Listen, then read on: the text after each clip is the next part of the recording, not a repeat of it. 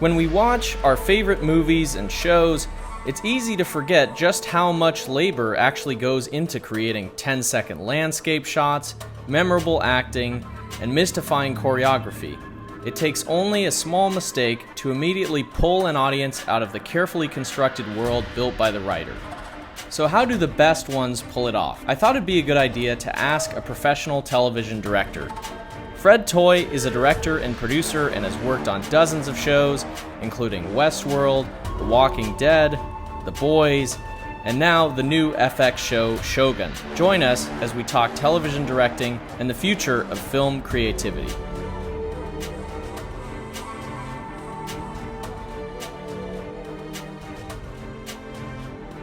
Okay, we are live. Fred, thanks so much for taking the time to, My pleasure. be here today.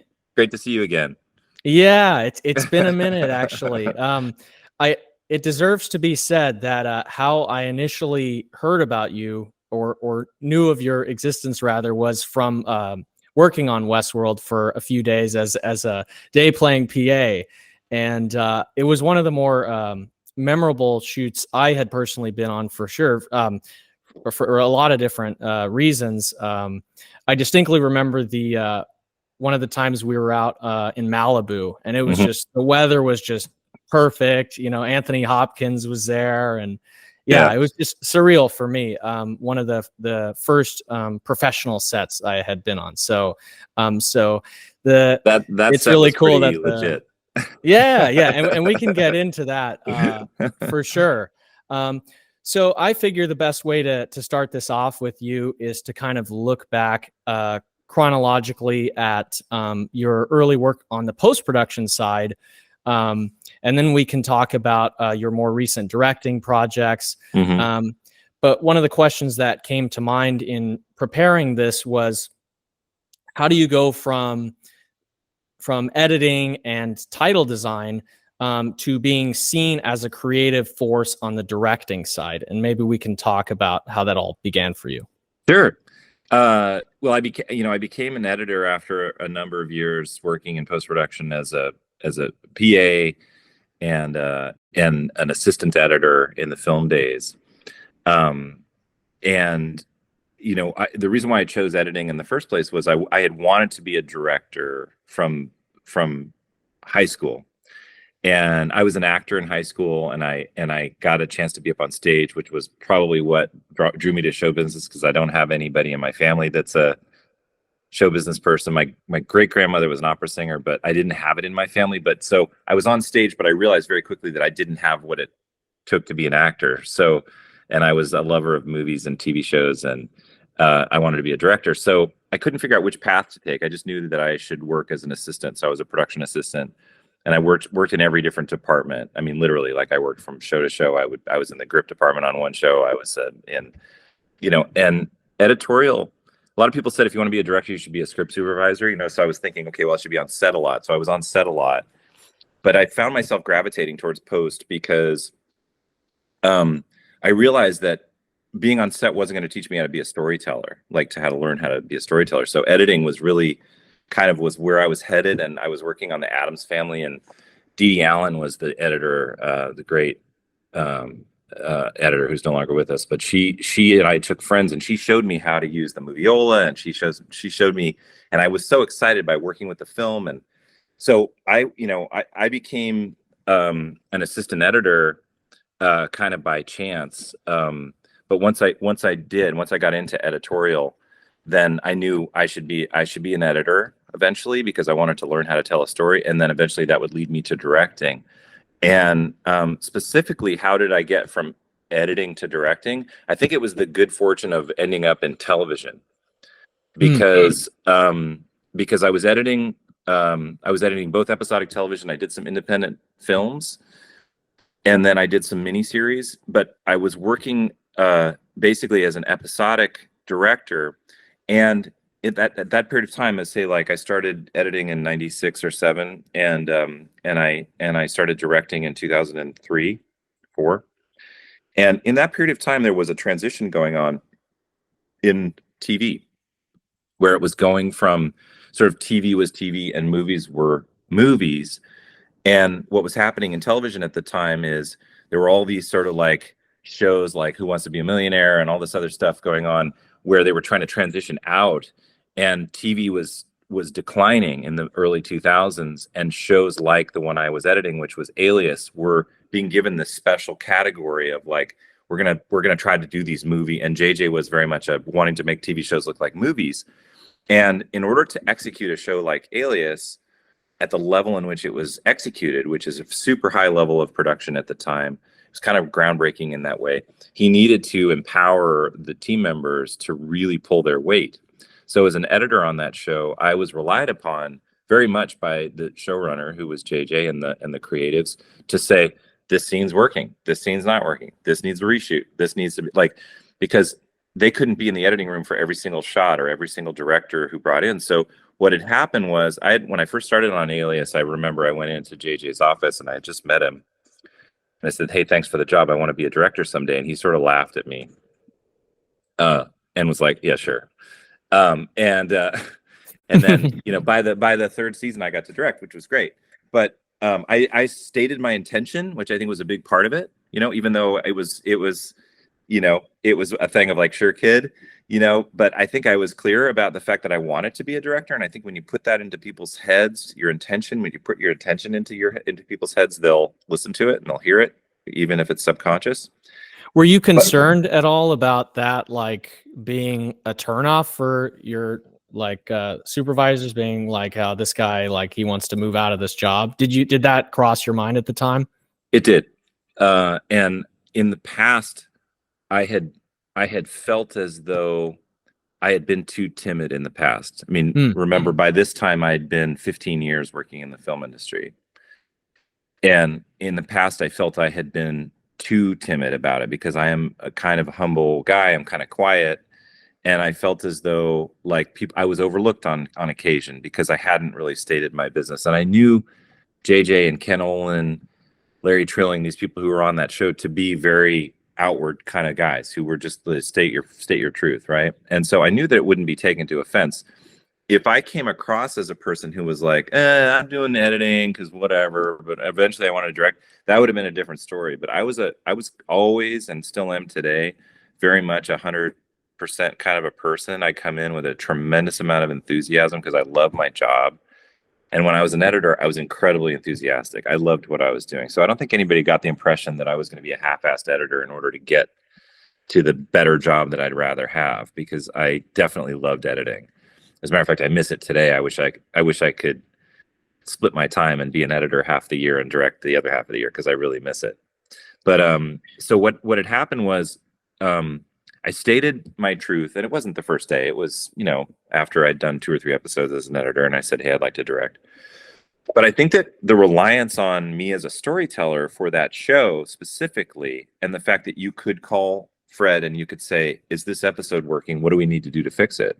And I could state very specifically about what was working and what wasn't working about an episode, both story-wise and how it was directed, and what I was experiencing when I was cutting the dailies together, led them to have a certain level of confidence that if they gave me an opportunity to try directing, that I might be able to pull it off. So I think the answer to the question is, it was a trust that was established, and it only could have been established over a number of years of working together, where they saw my process, they saw how I thought, they saw how I spoke to people, how I behaved, that I was a good partner, and that gave me the opportunity to direct. And so how was that experience? Do you recall being at all intimidated by, kind of embracing this like new level of creative responsibility with them? Like, how did you feel? Do you remember those I remember moments? very, very clearly all of it, and in a very positive way, because it was a wonderful experience, and I loved it. What I felt mostly, honestly, was, when you're directing something, and if you look at it in terms of like responsibility, especially if you're like a person who's schooled in kind of the old system of the director-driven storytelling, the auteur theory, or the Orson Welles and the David Leans, right? You look at that responsibility as sort of comprehensive, it's of everything, right? So going into it, I think a lot of new directors, and myself included, they go into it with this thing of like, oh, this is all on me. This is all like, doesn't matter what's written, it's all on me, right? I discovered in being in a family, which was a television series where you have a group of writers, you have cinematographers, you have editors, fellow editors, you have showrunners who know you, that they wanted me to succeed. And they provided me with the support that I needed in order to succeed.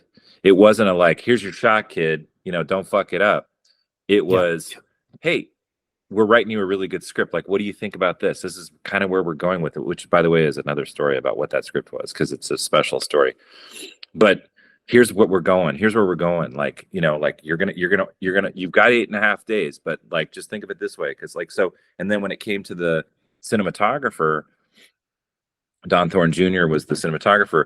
He was like, Fred, let me help you through this. Like, let me show you, like, here's how you can get through. You've only got 2 hours and you've rehearsed for 20 minutes. Like, here's how you're going to get through this day. So basically I had the support of the team to make myself feel comfortable and confident that I could pull it off.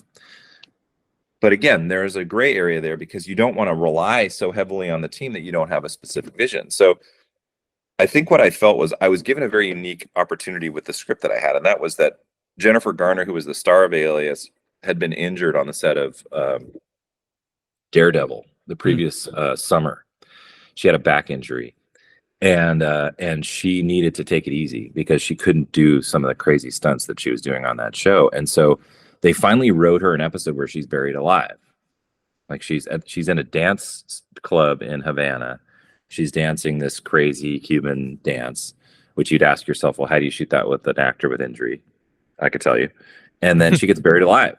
And then the episode becomes sort of this comedic episode where Marshall ends up having to go find her in Havana, dig her up, but he's got to use all of these sort of like MacGyver these tools together of things, of old radios and shit in order to be able to find her. So it was both a terrifying claustrophobic episode about someone being buried alive in a coffin, and this comedic sort of like escapade, plus the rest of the team was like trapped it was written by Drew Goddard, so it's like had this amazing absurdity to it. It's called Tuesday, but it had this opportunity for sort of like extremes, like extreme terrifying claustrophobia, extreme humor. And so coming into it with the support of the team, I had a very specific vision of it in terms of tone, the tone of the comedy, the tone of the horror, and that those things could work together. It didn't have to be a sort of an intermixed fluidity of tone. It could be varying tones all within the same story and really work. And so I kind of went for it in terms of tone. And being an editor, I understood what a tone thing is when you're crafting or designing a scene. And I think had I not been an editor, if I just came into it as a writer or whatever, when you think tone as a writer, it's really hard to turn that into something three-dimensional. And same thing with an editor, but I had spent enough time in editing rooms figuring out how to tonally craft my way through a story that I had this opportunity for a very extreme kind of an episode tonally, and I got very lucky with that script, so it was a really good experience. Yeah, which I mean, I'm always cautious when I'm in the presence of one of the creatives behind something, like stating my opinion about it. But it seemed to be one of the draws about the show Lost, which you also directed on. Do you think that the idea of like tone being more fluid and being able to exist in different forms in the same episode was something that got more adopted in later shows with you or with JJ or other large shows at the time? I do think so, and I think that what had happened with Alias and Lost, and I mean, there was a number of series in that period of time in the early 2000s that were really taking big swings and trying to bring people back to dramatic television, was that it became more feature-like. I mean, I think that the idea that in 44 minutes for network television that you could tell a really complex ABC story with chapters, and especially when you're doing something that's serialized, where you can tell a multiple chapter story, I think it became a lot more like movies. I think we were emulating movie storytelling, where tonally you can make massive shifts and still survive within that time. And I think that the template before that, in terms of television, not that there isn't some amazing television from the 50s all the way through the 2000s in that respect, Twilight Zone, but Yeah. I think that the standard for television was like, we're doing a teleplay. It's a teleplay. So it's like, Playhouse 90 sort of idea, that it's sort of like you're filming a wonderful script with wonderful actors, right? You're not doing a cinematic universe. And I think that in the early 2000s, with shows like Lost, they broke the mold for that and said, this should be how television moves forward. And then ultimately ended up in cable and streaming. And you have the, 6 Feet Under was in that period of time, and that was incredibly cinematic. And I think HBO was always pushing towards that, and ended up, with Game of Thrones and all the, Watchmen and things like that. But yes, to put a fine point on it, I do believe that shows like Lost were responsible for opening up the cinematic language of television, which is now streaming. Yeah. So, looking through here, it was difficult to prepare for talking about the actual like your full resume, because it's like any one of these could produce a story that we could spend the entire podcast talking about. Sure. So looking back on your 50 some odd directorial credits, were there any particularly early on that you felt offered you teachable moments when it came to how you go about either preparing or directing actors, or a part of that process? Yeah. I would like to credit, honestly, I'd like to credit every show that I've worked on as a teachable moment, because I've learned something from everything that I've done. I come into every project, and did then at the beginning, now 130 episodes of television I've directed, with the same approach, which is that, like, I'm going to do something that I've never done before. I'm going to do something new. It's going to be the best thing I've ever done. That's my intention in every episode or every show I work on. It's like, this is going to be the best fucking thing I've ever done. It's like, I'm going to fucking kill this thing. Like, this is how I've looked at it. And I think that when I've come at it with that, there are teachable moments in every show that you work on, because nothing happens the way you plan. Your plans, what is the joke is like, what makes God laugh is your plans. It's like, it's never going to go the way you expected. So to me, every show brings teachable moments. But I can say that, Alias, for sure. I directed and produced the last season of that. Like, I was given the keys to an incredible show by JJ and team, and I was able to do some crazy stuff. But I would say, like, Ghost Whisperer, Ian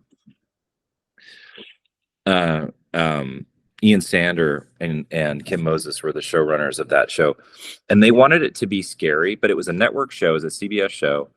They wanted it to be scary, but they had a bunch of boxes to check of, like, okay, it needs to be emotional, and we're going to tell really complex internal stories, and we want to have a serialized, like, there was a lot of things to do in Ghost Whisperer, but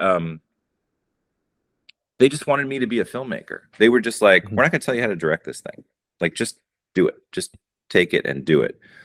So that was the first time where somebody, like, it wasn't like, okay, the showrunner or the writer is saying, like, this is the show, this is exactly how we want it to look. Like, we use a 26 millimeter lens. Like, this was the first time where they were just like, here's 8.5, 9 days of filming, and here's your script, give us your notes and go make it.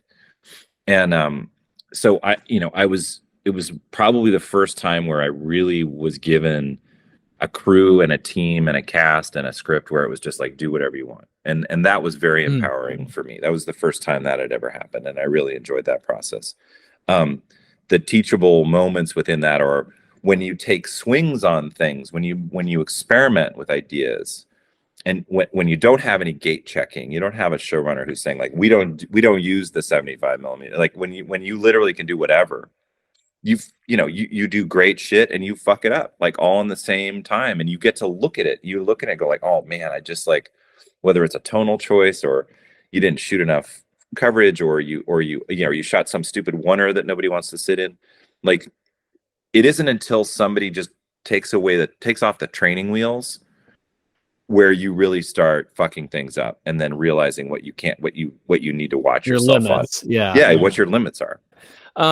So when it comes to being brought onto a new project, particularly one where the world has been really fleshed out already, Mhm. like I'm not sure if you directed the first season of Westworld. I did. You did. Okay. What did the preparation look like for you? Was that your first time working with Jonathan Nolan? No, I'd worked with Jonah on Person of Interest. So Okay.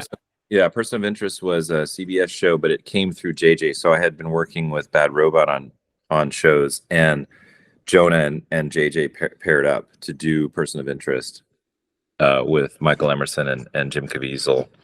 And I did all 5 seasons of that show. I think I did 14 episodes or something like that with Jonah. So I knew him very well. Wow. Okay. And I was very excited about Westworld. I mean, I got to see an early cut of the pilot, and the way they do this is fun, because it's like, oh, you can only watch it if you come down to the office, and we're going to stick you in a special room and lock the door, and we're going to show you. But I remember when I saw the pilot of that show, I want to say probably the scene where Ed shows up at the house at night and drags Dolores into the barn. And I saw that there was the switch on Teddy, that Teddy was a host. That was where I was like, this show's going to work. Like, this show's going to, like, it took me, of course I thought it was so beautiful the way it was shot.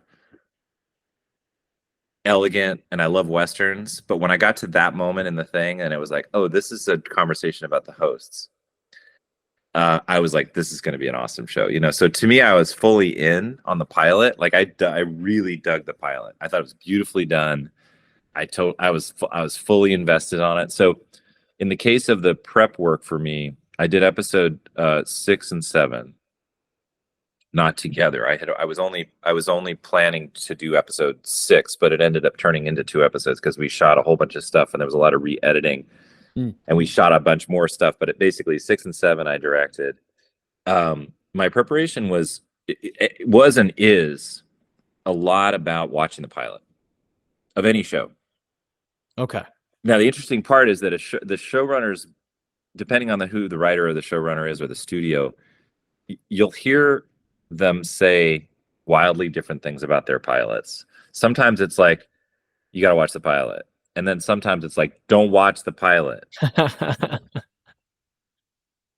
I have to say, I watch the pilot even though they tell me not to watch the pilot, because in the pilot is the DNA of the show. No matter whether they like the pilot or they don't like the pilot, the DNA of the show is embedded within the pilot. So to me, it's style points and lens choices and design choices and whatever. I don't want to say that's easy to pick up.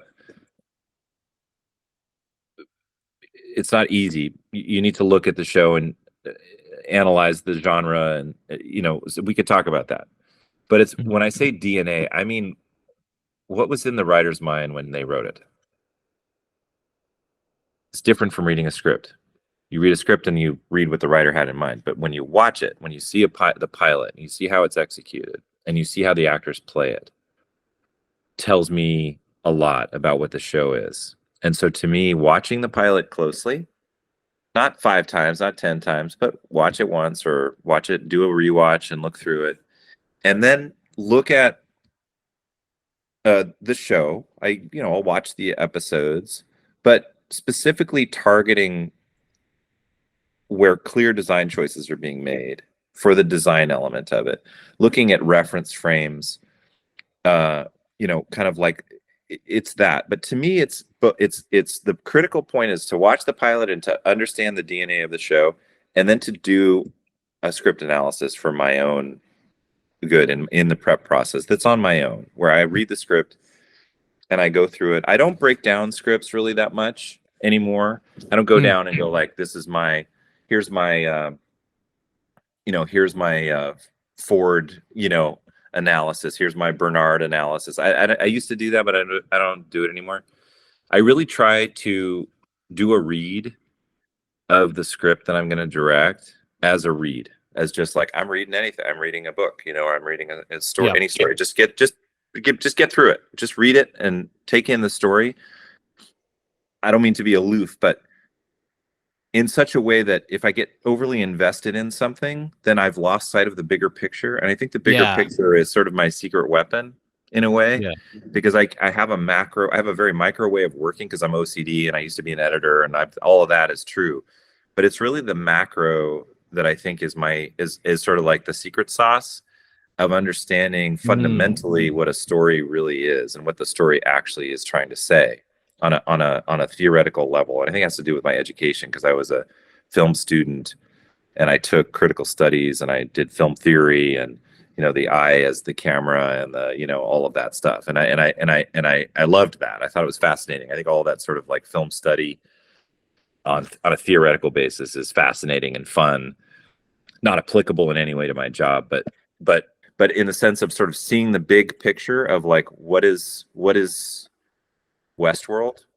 I'd like to be able to say the show is about this and say it in one sentence, and then look at my script and say what is the script about, and basically be able to say that in one sentence as well. Got it. So when you're watching an actor rehearse, or they're doing they're performing their scene, and you're in the process of shooting it, are you simultaneously sort of almost cognizant of how this fits into the macro of the season? And do you feel like that is a good rule of thumb for other directors as well, like to not be overly sucked into the moment of the particular scene that you're on, right? But also just be mindful of, okay, well, how does this fit into what preceded it, and the I think it depends. I wish I could answer that with a yes no. I think it depends on the person.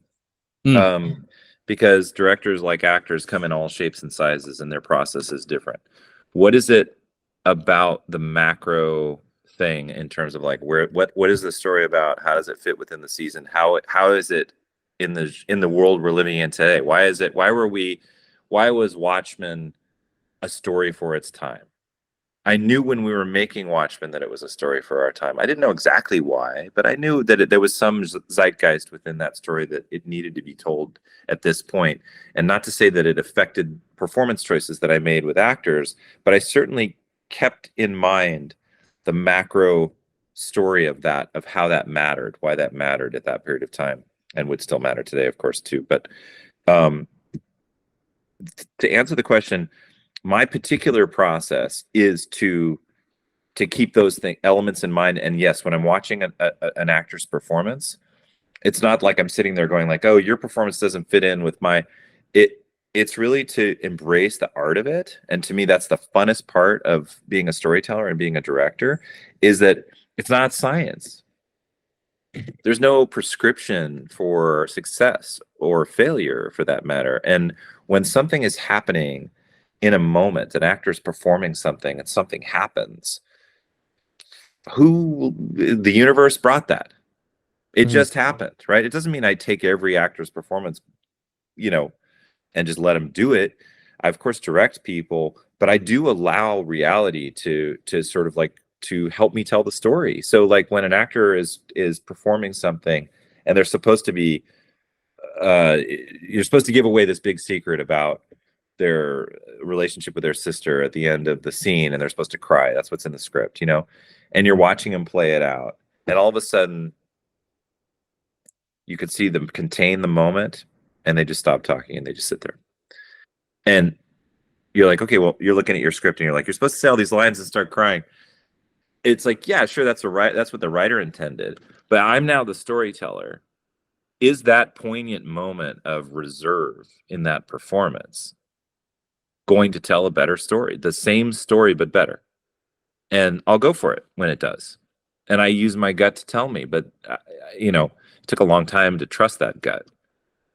20 years of directing. It taught me to live in the moment in scenes, live in the moment in moments, and try to capture the most authentic one possible that tells the story. But I do have to know what the story is before I can tell. I can't just show up and just be like, hey, that's a cool scene. Like, I literally have to go, here's what I think the story is. Here's how I'm going to prepare. Here's how I'm going to shoot it. These are the lenses we're going to use. This is how we're going to. But then when it's happening, like, slate's clean. I've cleaned off that slate. All those lens choices, all that bullshit, all the fucking prop choice. I just throw it out, because whatever's happening in front of me is something. It's happening for a reason, right? We're all here. Somebody paid for it. We're all sitting here. I've got my hat on. They've got their costume on.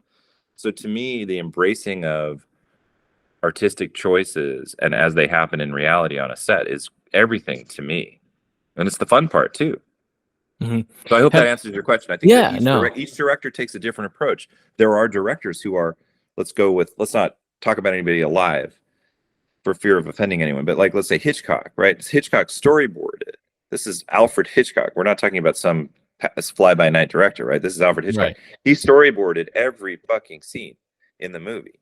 He was interviewed and quoted as saying, my job is to just make sure that they just do what I planned. I mean, it was like, this was the shot. This is how we did it. Like, right. And the actors who would talk about, like, even Ava Marie Saint, who's still with us, talks about, like, well, Hitch wanted it his way and you would do it Hitch's way. Like, there are directors who are like that. They've got it all completely figured out. I would put myself, even though if you look at my work, it's a little less loosey-goosey, but I would put myself more in my headspace as a Hal Ashby, Robert Altman kind of a director who discovers and finds organic performances within a story, and it ultimately tells its own story.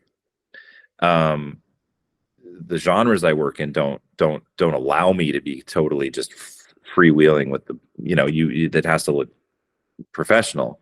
Sometimes Robert Altman's movies they're zooming into shit all over you don't know what's going on. I don't do that. But like, in terms of performance, like, to me, it's discovery. It's like, I'm not looking at an actor while they're performing and going like, do it again, but do it the way that I'm thinking in my head. And I won't say cut until you do that. Like, I'm not that way at all. I'm literally like, bring it. You're here. I'm here. You got the script. I got it too. We both read it. Let's do it. And that's how I approach it. It reminds me, oh man, I really ought to pair you with one of the previous guests I had, who is an assistant editor for Marvel. And he talked about initially wanting to be a screenwriter, and he found that he almost experienced a sort of creative paralysis when it came to wanting to build his own world. And he found an almost sort of cathartic relief when it came to seeing things unfold as an editor or assistant editor, and being able to look at it from like a bird's eye view and being able to craft that. And I just hear a lot of what he's saying and what you're describing. And so I think it's very interesting that there's some overlap there. Yeah, I do respect directors, Fincher, in the Marvel films, when you can previs something and you can figure it out, and like, I saw Deadpool Wolverine last night, and there's this shot where it's and I'm normally not a guy for the one shot thing, but there's this shot where Deadpool and Wolverine basically like mow down like 100 versions of Deadpool, and it's all done in one shot, and the camera's moving really slowly like this, and they go in and out of frame, and they go into a bus, and people blow up and all, and then they come flying out the back of this bus. I mean, I gotta say, Sean Levy, I think, directed that. Like, bless you for being able to do that. I mean, because it's amazing. Like, when you can pull something like that off, I fully respect it. And I have all kinds of one shot things in the work I've done that I'm proud of, and I don't want to say that I don't design shit like that, because I do, but it's not like that. I'm that guy as well, but yeah, no. I'm not saying that. I'm not saying that I'm at that level, but I'm saying, like, when I see those things, when you can previs something and it's all, God bless you. I personally, my personal taste is no matter how much you plan it and no matter how much cool shit you design, the moment becomes the moment. And sometimes it's not what's planned. And sometimes what's planned is better than what you're doing. And sometimes what you planned is worse than what you're doing. So, you know, like you just have to be aware of it. Yeah.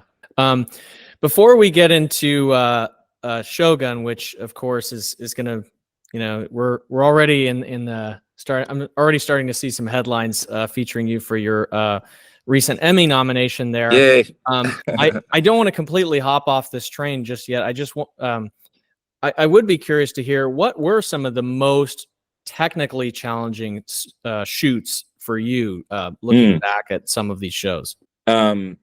I mean, the one I just did was so I'm working on a Terminal List Dark Wolf, and this is a series. I worked on the Terminal List for Amazon and MRC in the first season. I did 2 episodes, and then they graciously asked me to direct the pilot and produce the first season of Dark Wolf, which is a companion series. This is a military show.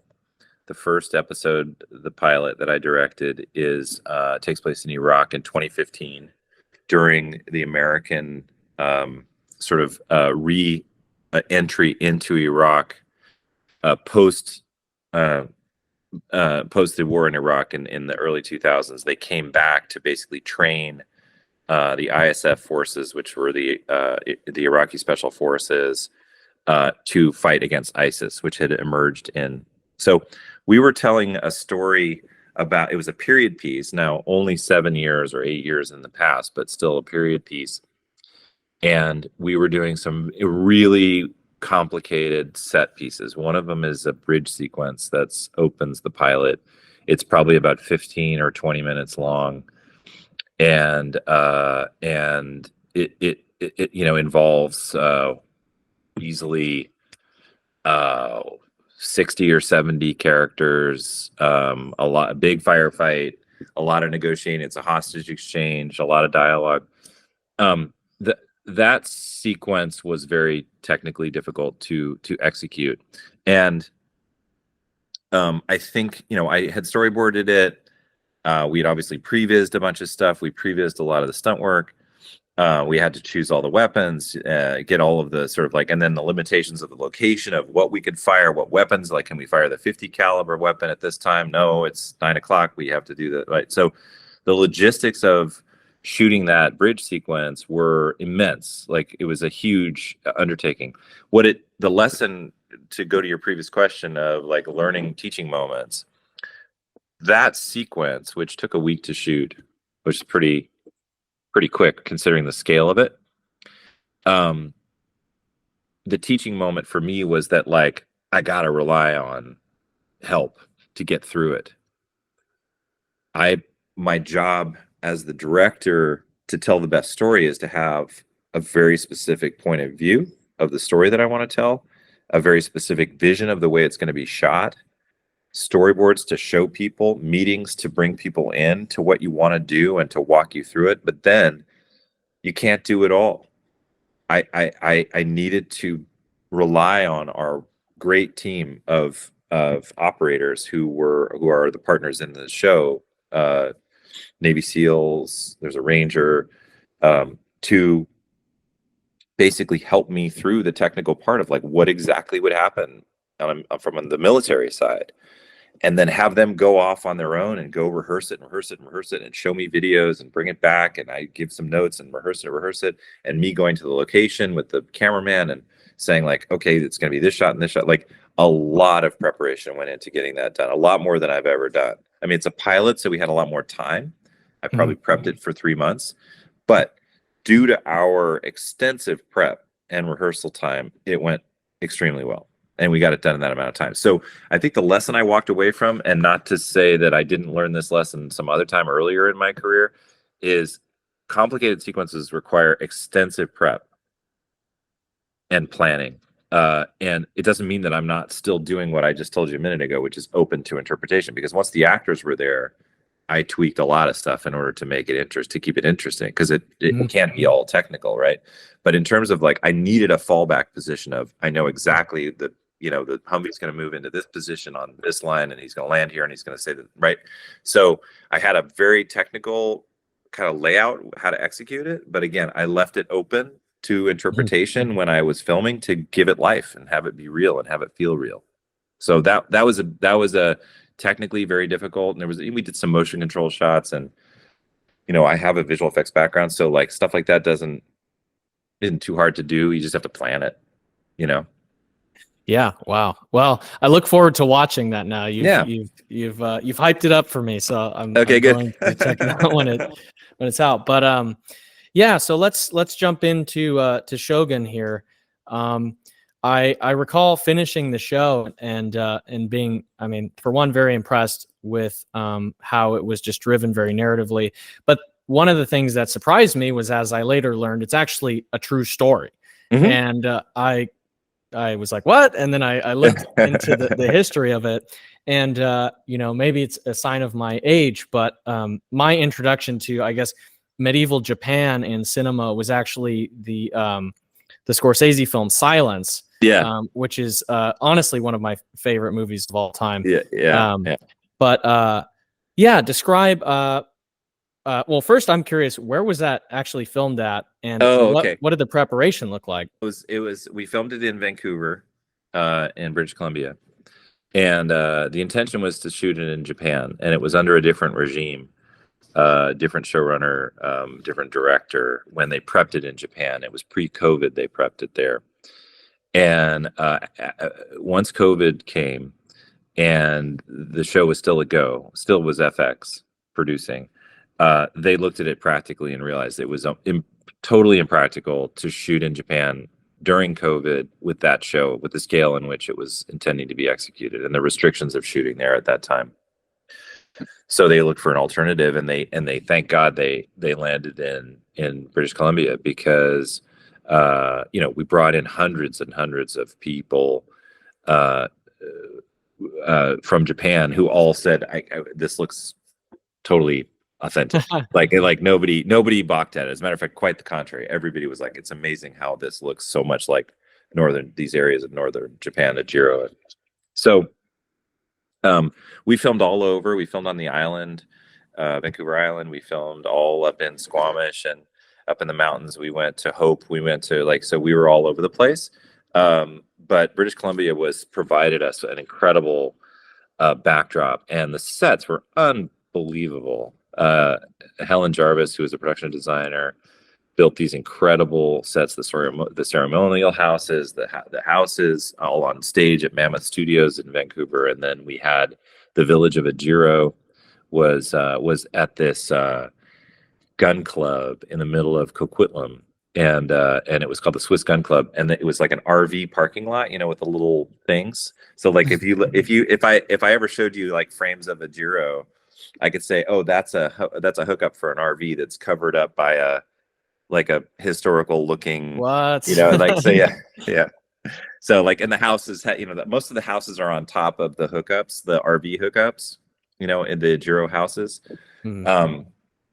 But anyway, we used this amazing place for Upper Ajiro, and then Lower Ajiro by the water was in Manati Bay, which is up in the Sound there, and then the city of Osaka was built in Port Moody, and so those streets in Osaka where they have the and then it leads to the castle. So the castle was really there. It didn't have the Tenshu there, but it had the castle walls, and then it had the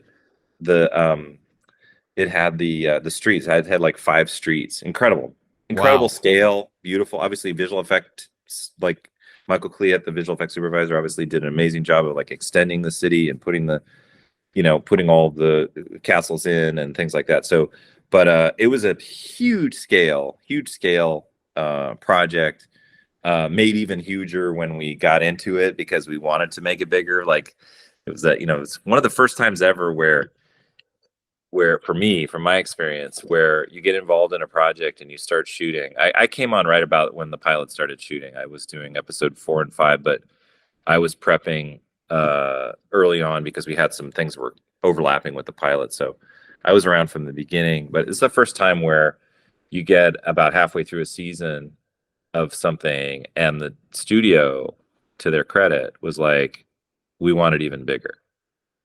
We're going to spend more money. So Wow. make it bigger, which was just That's amazing. great. Like, it never happens. It's always the opposite. It's always like, hey, I know we're doing 15-day episodes. We're now going to do 9-day episodes. It's always the opposite, right? So in this case, it was like they loved the show. They saw the potential in it. They thought it looked great, and they were like, and it wasn't like they were just like back up the money truck, but it was just definitely like, hey, listen, if you got the opportunity to do that helicopter shot, if you got an opportunity to do that big scale arrival into the castle, let's just do it. We're going to support you on that. And again, this was during COVID times, so COVID played a big part in limitations of what we could really do in terms of extras and how many people could have costumes and all of that stuff. So there's a lot of, it wasn't just like, hey, we're going to shoot all kinds of crazy stuff. Like one thing that's like totally true about, a guy like me coming from network and then doing streaming shows, there's never enough money and there's never enough time. There's no such thing as like, oh, I've arrived, I'm doing that big show that I've been waiting to do. Like, there's never enough time and there's never enough money. So you're always like, oh, we can't do that. Okay, all right, well, we're gonna do this. Like, we're gonna make this intimate. We're gonna make this like, we're gonna put this right in the corner. We're gonna shoot. No matter what the scale is, you end up having to make compromises because there's never enough time and there's never enough money. And that was the case with Shogun. So like, we had COVID restrictions and all kinds of things stopping us from really, really every scene being massive, and yet still it looks really big. And I think all the directors, all the DPs, Sam McCurdy, incredible cinematographer that I worked with on all of my 4 episodes, plus additional pickups and scenes and whatever. Sam and I shot the whole bit of it together, and they made it look amazing. Yeah, there definitely seems to be an appetite among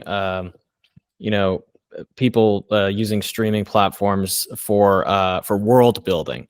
Yeah. And I mean, one of my favorite shows that's out right now is House of the Dragon, and that's it's a pretty good example of that. But so when it came to the actual shooting of the project and working with the actors, what was that experience like for you? It was wonderful. Absolutely wonderful. I thought the scripts were really beautiful and very subtle. And when we were talking about the prep process earlier, the prep process for me on Shogun was a little bit different. I was there when they were making the pilot, so I saw the first cut of the pilot. Since I was so early on, there wasn't a pilot to rely on. It was still being filmed, so I was watching dailies and looking at cuts and things like that. But the prep process for me was referring to the book. So the Shogun novel is, if you haven't read it, you should give it a try. It's pretty great. And James Clavell, the way he writes it very cinematically, but it's also like there's so much character and history all woven together in the story. The way it's told, it's definitely a page turner. It's super easy read. So like when I would read scenes in the, Justin Marks and Rachel Kondo, amazing showrunners, incredible writers, and their team of writers did an incredible job. I would read scenes and I knew that it probably came from the book or it probably came from history. So I would refer to the book all the time, and you'd have a scene with 6 lines in it and something happening and you're like, this has to be in the book. Like, so I'd go back and I'd look at the book and you'd be like, there'd be 20 pages about that scene. And I'd be like, oh, great. This is my own tone meeting, where I can like tone myself on. So I went to the book a lot. But to shoot it was, it's mostly in Japanese. I had done another show called The Terror that was largely in Japanese as well. So I had directed Japanese actors in the past. Okay. So I found the process of doing that really fun and really great because it's like you have an interpreter. Okay. I was going to ask if you were learning. I don't speak Japanese. A word. Okay. No, I mean, I obviously learned enough colloquial words in order to not sound like a total moron. But like I was so blown away by the actors. I mean, they were just so subtle and so nuanced. Anna is incredible. Cosmo did an amazing job. Obviously, Hiro. So I was very fortunate to be working with the cast that I worked with, and the way that it worked would be through the interpreter. You have to, as a director, I think you have to use the interpreter to your advantage and not to your disadvantage. And when I say that, it means to learn the interpreter and who that interpreter is and what their point of view is, because it isn't just about taking the words and translating them. There will be an interpretation process through the translation of the words. And so you have to learn, I had to learn anyway, how to calibrate what I said so that it was received properly by the actor. Because to me, direction and directing actors, I'm very, very, let's say, succinct when it comes to giving direction. Okay.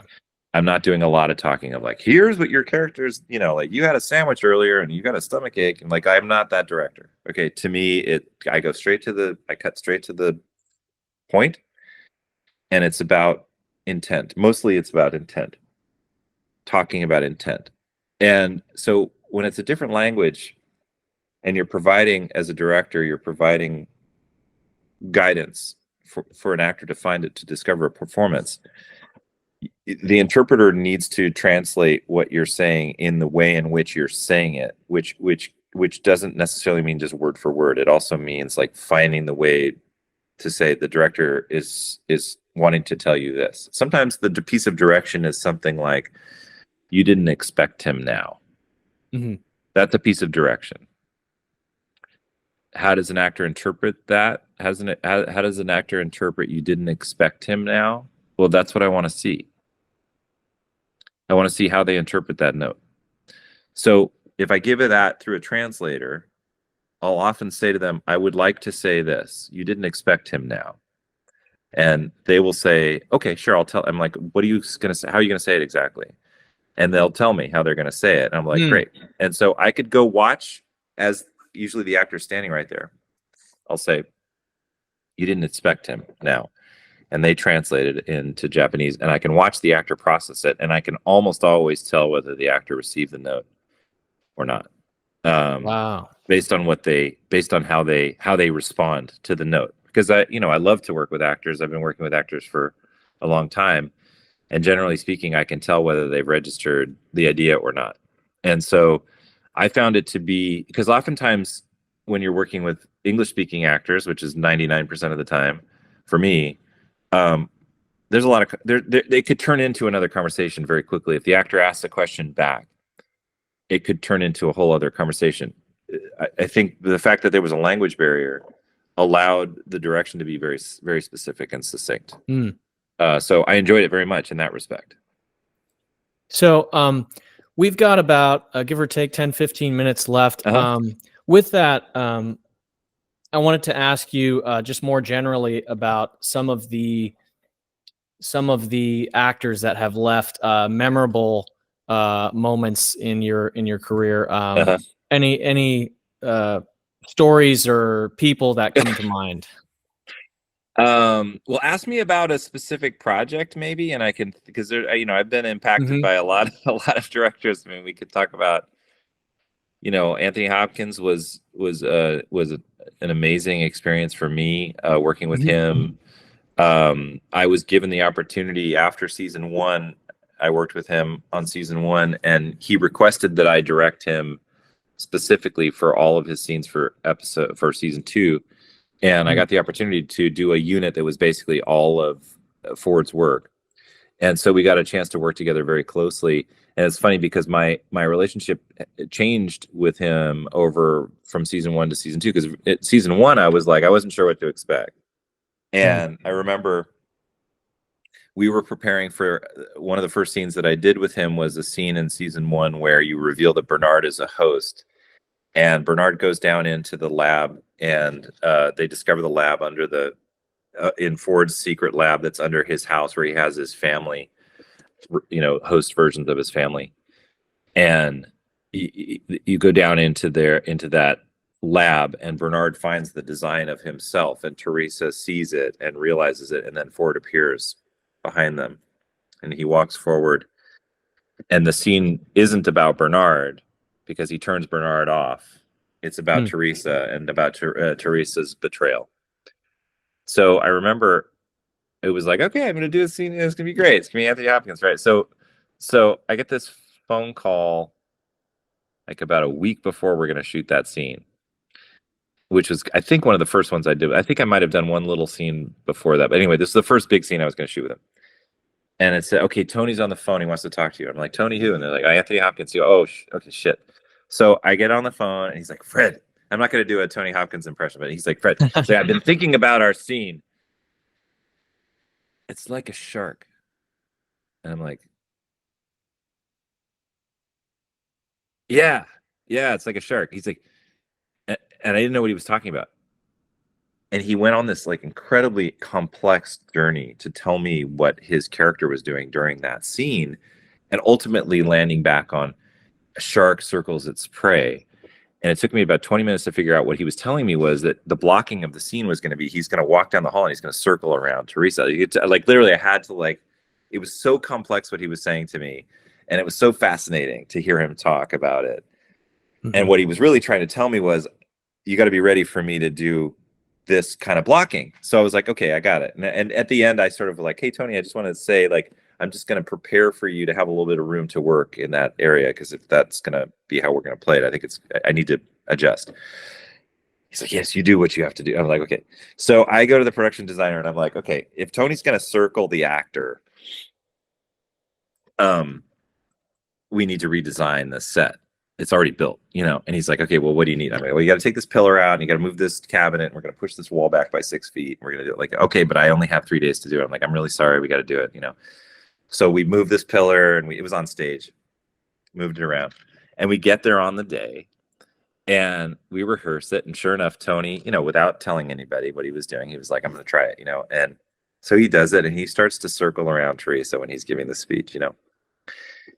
And me and Jonah was there. We were watching it and we're like, okay, well, that's interesting, you know? And he does it a couple of times and he's like, and I'm like, are you ready? And he's like, yes, let's give it a try, you know? So we set up the first shot and I roll like 6 takes of it. And it's a long scene. And then I get into the coverage and I'm like, okay, Tony, we're gonna light. So I'm gonna send you back to your trailer.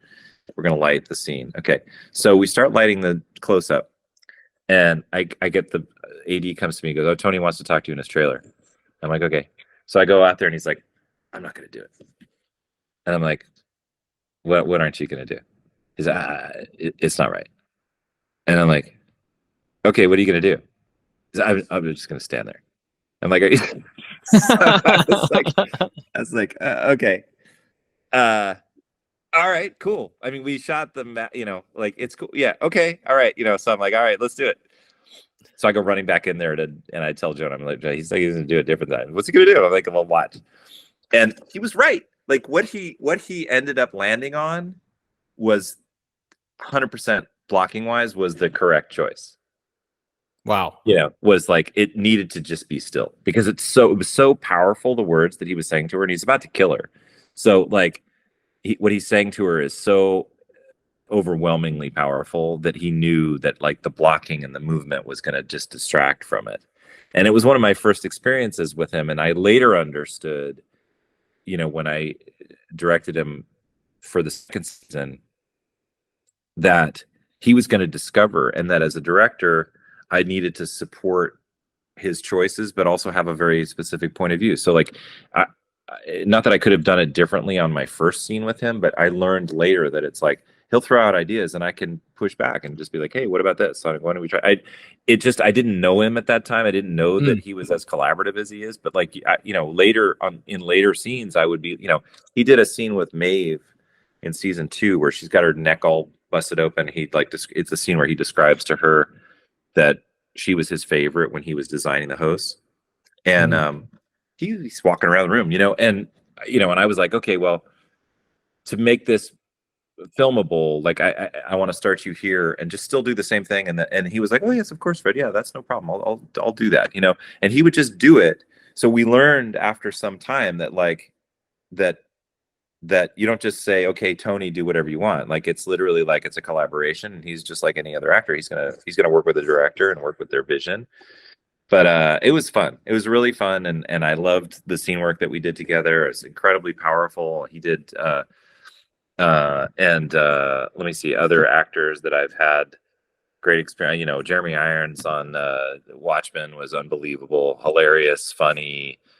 a rehearser, a guy who could really sit down and kind of plan out and lay track. Incredibly, all of these guys and gals that I've had the great pleasure of working with, who've been around a while, their preparation process, it just completely blows me away. I mean, now I go back and I'm an obsessed old movie fan. I go back and I look at these Spencer Tracy and Brando, and I'm like, well, the reason why they did that was because they fucking prepared. Like it wasn't like a thing. You show up on the set and you read the sides and you're like, what are we doing? It's like these guys spent weeks and weeks and weeks preparing. I mean, that's how these performances are crafted, is incredible amount of preparation for the actors. And that's how they pull it off. I mean, it's like, it doesn't mean that there aren't instinctual actors who can just get it out and it just happens and it's magic. There are, and I've worked with many of those guys as well, and gals. But I can tell you that the Ed Harris, Regina King, like these people prepare like you wouldn't believe, and that's where the performance comes from. Wow. Yeah, no, I definitely. I've heard some stories of just like the degrees to which actors really just put this discipline on themselves just in preparation and sometimes the toll it even takes on them, emotionally and physically. It's unbelievable. It's a lot of work, and that's how the choices are made. I mean, when you're looking at a powerful performance where you step back and you're like, how am I affected by that? It isn't just the emotion of the moment, it's the intent and preparation of what of truly where the character is for them, that they need to digest and understand and make peace with, and also just come to the set with this ability to be flexible, to be directed, but also to never waver off of what their intention for the character really is. And even when a writer comes in and goes, wouldn't it be cool if you yes, they can try that kind of thing. They can try it for sure, but it's all going to be with the underpinning of the character intent that they've prepared. And usually when you're at that level, they've prepared something pretty cool. Yeah, I know. I can only imagine. So in closing, we have a lot of people that watch this podcast, some of whom are aspiring filmmakers themselves. Mm-hmm. What's some advice that you would impart upon them that mm-hmm. might help them in discovering their own creative nature, and just any of your takeaways that you think would be helpful for them? It's a great question. First of all, I come with a very enthusiastic point of view when it comes to being involved in the creative arts. I think it's a wonderful discipline, and I think that I've been incredibly fortunate, and I'm so grateful for my career. I pinch myself and I thank myself every day because I love what I do, and I love storytelling. So I would encourage people that if they have a passion for it and it's truly something that they want to do, that it's something to pursue. I know that there's lots of, now with, online, commenting and things like that. There's a lot of negativity that floats around about the competitiveness and all of those things. I can't speak to the reality of that, but I can say that I've been very fortunate and I've been welcomed into the film community from the very beginning, because I have a level of enthusiasm that is attractive to people. And so if I were to say the number one kind of piece of advice, it would be genuine enthusiasm. And if you have a passion for it, embrace the passion and enjoy the passion, because what we're doing here is not brain surgery. It's creative arts and it's fun. It's make believe. If you were involved in theater in high school, it's the same thing. It's like a bunch of kids getting together and they have a cool idea and you're going to build some sets and you're going to do something fun. It's the same thing. So not to be intimidated by the business, is important, and the enthusiasm of getting involved is something that I would highly encourage. Is like, just keep the level of enthusiasm. And then when it comes to development as a creative person, I obviously can only speak to my own personal journey, and I would say that my creative development, I think, is not a stellar example, because I decided to work my way with experience to the point in which I could become a director. I didn't come out of school and go like, my vision is the vision, and I know if I just hunt this vision down, I'm going to be successful. I was like, I need to learn this craft. So speaking for myself, experience is everything for me. And it doesn't mean that you can't be 19 years old and have experience. You can. The point is, just do it. You just have to do it. You have to create something and try it and fail. And again, as everyone says, failure teaches you more than success. Like you have to try it. You just have to try it and just get into it and go for it.